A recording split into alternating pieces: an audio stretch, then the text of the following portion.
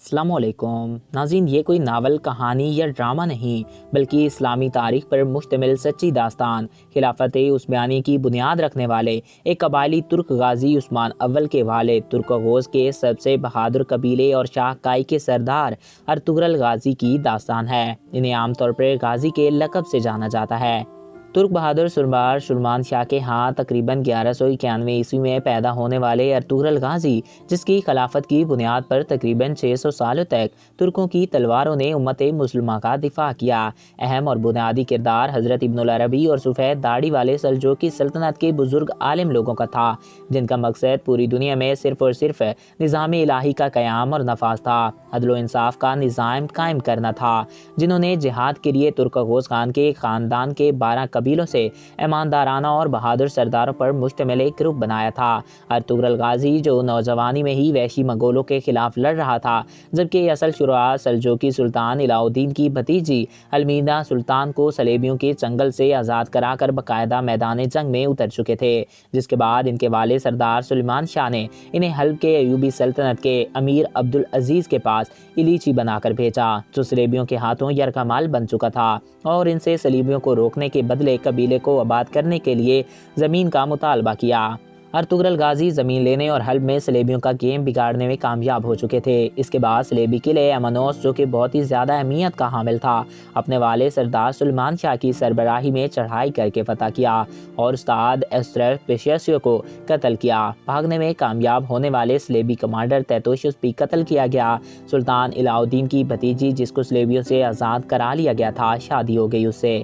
والد سلیمان شاہ کی وفات کے بعد حلب سفید داڑھی والوں کی خواہش کے مطابق منگولوں کے یلغزار زادہ علاقے کی طرف ہجرت کی اور اپنے بھائیوں گندوس و گرتکین سے مل کر سلجوقی سلطان کے غدار امیر سعدالدین کو پیک کی تمام سازشوں کے باوجود ارطغرل غازی نے منگولوں کے ایک اہم لیڈر نویان کو شکست دی۔ نویان بادشاہ اکتائی خان کا رائٹ ہینڈ تھا۔ اکتائی خان چنگیز خان کا بیٹا تھا اور اسی اکتائی خان کا بیٹا ہلاکو خان تھا، جس نے بغداد روندا تھا۔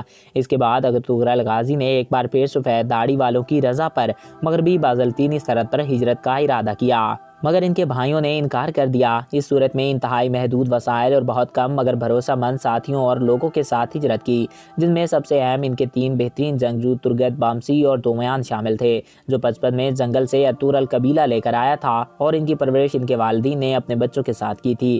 جب وحشی منگولوں نے ان کے والدین اور قبیلے کو قتل کیا تھا، تب یہ ارطغرل کے بھائیوں سے بڑھ کر تھے۔ ان کے علاوہ سردار حکیم ارتوک اور سپاہیوں میں عبد الرحمن ساما دومرول، مالک شاہ گنگوت قابل ذکر ہیں۔ ہجرت کے کرنے والوں میں والدہ حائمہ اماں، چھوٹا بھائی دوندار اور ان کی بیوی حلیمہ سلطان، شیرخوار بیٹا گندوز شامل تھا، اور حلیمہ سلطان کا بھائی شہیر شامل تھا، جن کو راستے میں امیر سعدالدین کو پیک نے شہید کروا دیا۔ مغربی سرحد پر کئی سال شدید غربت اور تنگ دستی کا سامنا کیا، مگر پہلی فتح انہوں نے صلیبی قبضے میں موجود ہانکی بازار کی صورت میں حاصل کی۔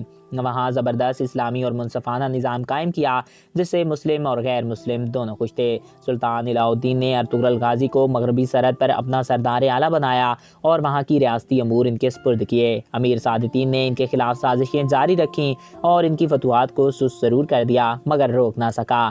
روم کے شہنشاہ اور پاپائی روم کی ملکیت میں موجود کار چلیسا کلیسا کے گورنر اور غدار امیر سعدالدین نے ارطغرل کو زیر کرنے میں آپس میں گٹھ جوڑ کیا، مگر ارطغرل غازی نے پہلے گورنر کو قتل کیا، پھر کار چلیسا کلیسا کو فتح کیا اور کلیسا کے دوسرے گورنر کو پکڑ کر امیر سعدالدین کی غداریوں کے خلاف سلطان علاء الدین کے حضور پیش کر دیا۔ سعدالدین سلطان کی بیوی کی مدد سے بچ گئے، مگر گورنر کو وعدے کے مطابق ارطغرل غازی نے رہا کر دیا اور ان کی جان بچائی، جس سے متاثر ہو کر گورنر مسلمان ہو گیا اور ارطغرل غازی کا ساتھی بن گیا، کافی اہم کامیابیاں سمیٹیں اور شہادت کا مرتبہ بھی پایا۔ دوسری طرف امیر سعدالدین نے سلطان علاء الدین کو زہر دے کر قتل کیا اور ان کی وصیت کے خلاف اس کے چھوٹے بیٹے کلیج ارسلان کو سلطان کی دوسری بیوی کے ساتھ مل کر قتل کیا اور شہزادے خسرو کو برائے نام سلطان بنا کر تمام ریاستی امور اپنے ہاتھ میں لے لیے۔ اور ارطغرل غازی پر سلطان علاء الدین کے قتل کا الزام لگا کر ان کو قتل کرنے کی سازش پر سلطان کے بیٹے کو قائل کر لیا تھا، مگر ابن العربی نے سلطان کے بیٹے کے سامنے ارطغرل کی بے گناہی کی ضمانت دی اور رہا کروایا، مگر اس سے سردار اعلیٰ کا مقام واپس لے کر ان کو قتل کرنے کے لیے ہمیشہ کی طرح ایک بار پھر صلیبیوں نے ساز باز کی۔ مگر سلطان کے بیٹے اور موجودہ سلطان امیر سعادتین اور اپنی ماں کی سازشوں کو جان چکا تھا، اور ان کو یہ بھی پتہ چلا تھا کہ اب مجھے قتل کر کے سعادتین خود سلطان بننا چاہتا ہے۔ اس صورت میں سلطان نے ماں کے ساتھ ارطغرل غازی کے قبیلے میں بنا لی اور سعادتین کے قتل کا فرمان جاری کر کے یہ کام ارطغرل غازی کو سونپ دیا، جس کو ارطغرل غازی نے ترگت اپنے بھائی سنگرتکین کے ساتھ انتہائی مشکل صورتحال کے باوجود مکمل کیا اور سعادتین کو جہنم واصل کر دیا۔ یہ پہلا غدار نہیں تھا، اس سے پہلے مختلف قبیلے کے بہت سے غداروں کو جہنم واصل یہ کر چکے تھے۔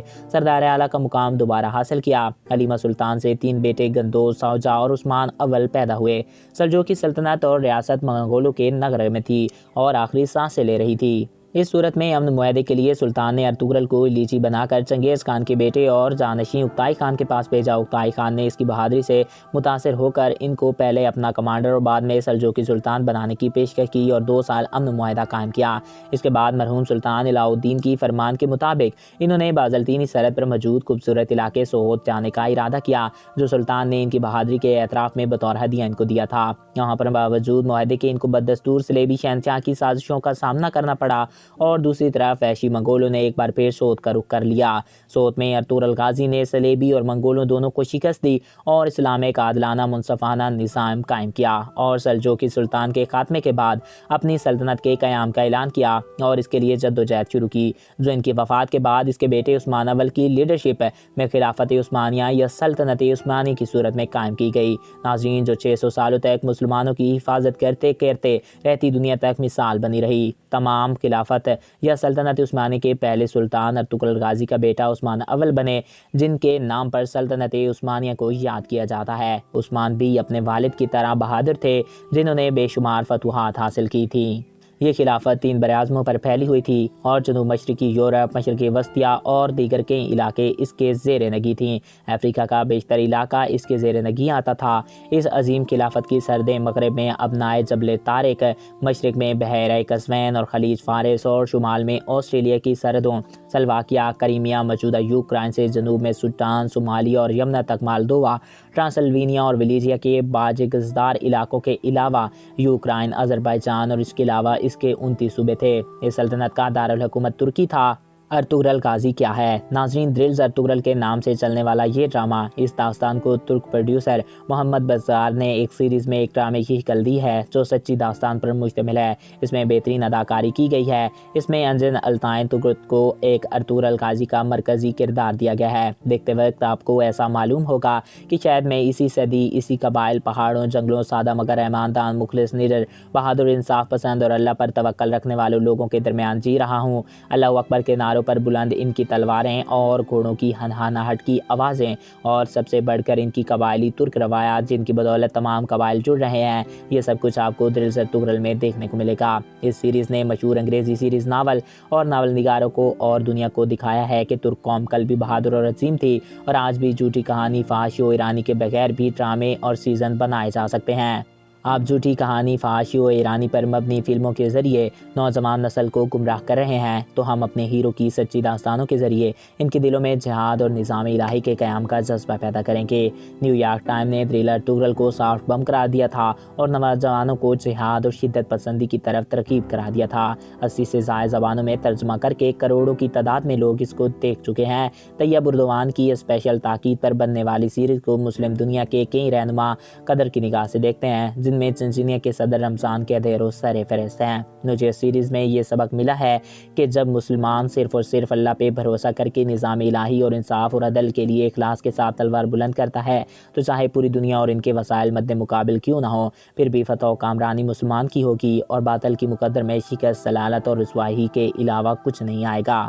یہ سلطنت دنیا کی عظیم ترین سلطنتوں میں سے ایک تھی۔ یہ اپنے وقت کی ایک بہت بڑی سلطنت تھی، مگر ناظرین مسلمانوں کے آپسی اختلافات کی وجہ سے یہ سلطنت آہستہ آہستہ بکھرنا شروع ہو گئی اور تقریباً 1923 میں آ کر یہ سلطنت مکمل طور پر ختم ہو گئی تھی، اور 1923 میں یہ کہا گیا کہ یہ سلطنت بالکل مکمل طور پر ختم ہو گئی ہے۔ کہا جاتا ہے کہ اگر مسلمانوں کے آپسی اختلافات پیدا نہ ہوتے تو مسلمان آنے والے 200 سالوں میں پوری دنیا یعنی کہ آج تک تقریباً پوری دنیا کو فتح کر چکے ہوتے۔ تو ناظرین، میں امید کرتا ہوں آپ کو ہمارا یہ ویڈیو پسند آیا ہوگا اور آپ کی معلومات میں اضافہ ہوا ہوگا۔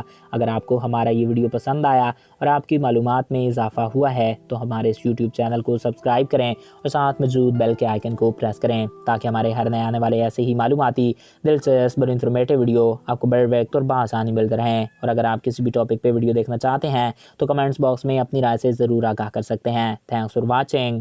اللہ حافظ۔